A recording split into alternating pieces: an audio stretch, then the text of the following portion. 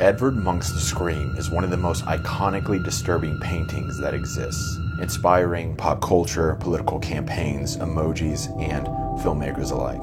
But what could bring one to create something this haunting? Could Munch have perhaps been influenced by more than just coffee and nicotine?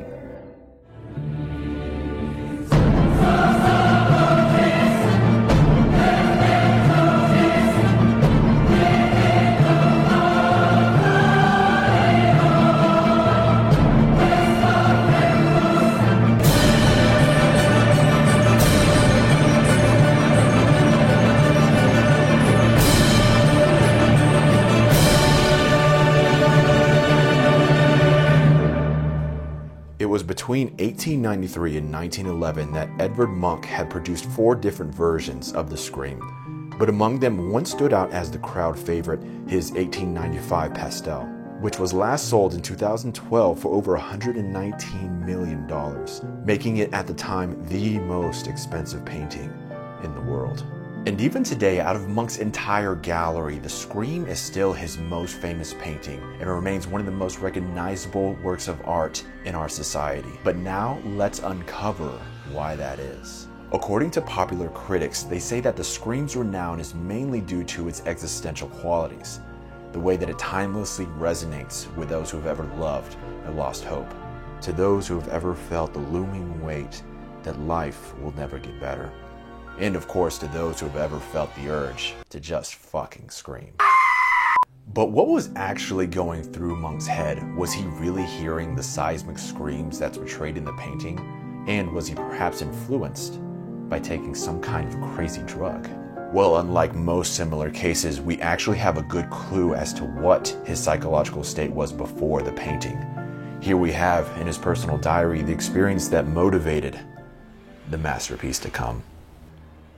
I was walking down the road with 2 friends when the sun set. Suddenly, the sky turned as red as blood.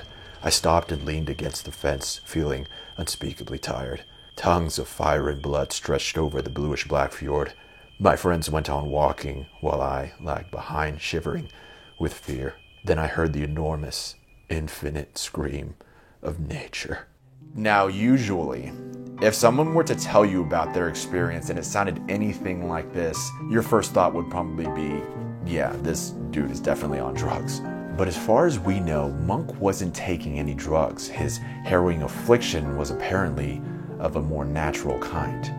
And this is where we found that it was actually his environment that played a significant role in his mental breakdowns. Growing up with a father who was described as morbidly pious, Munch was heavily under the influence of Catholic expectation. And this weighed on him later in life because, while still having then religious conviction, he was also compelled by a radical shifting away from religious values, which itself was a movement driven by the Enlightenment, the scientific discoveries of people like Copernicus, Galileo, Newton.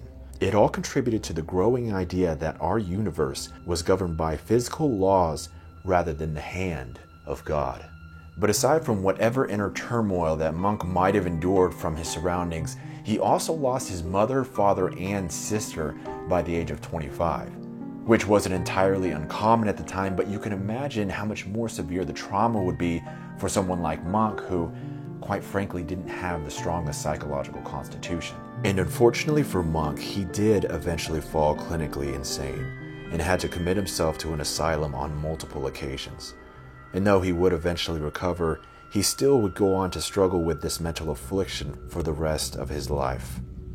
So yeah, not the happiest of events, but in truth, that's life by and large. Oh, and remember, if you ever feel the need to scream, just let it out.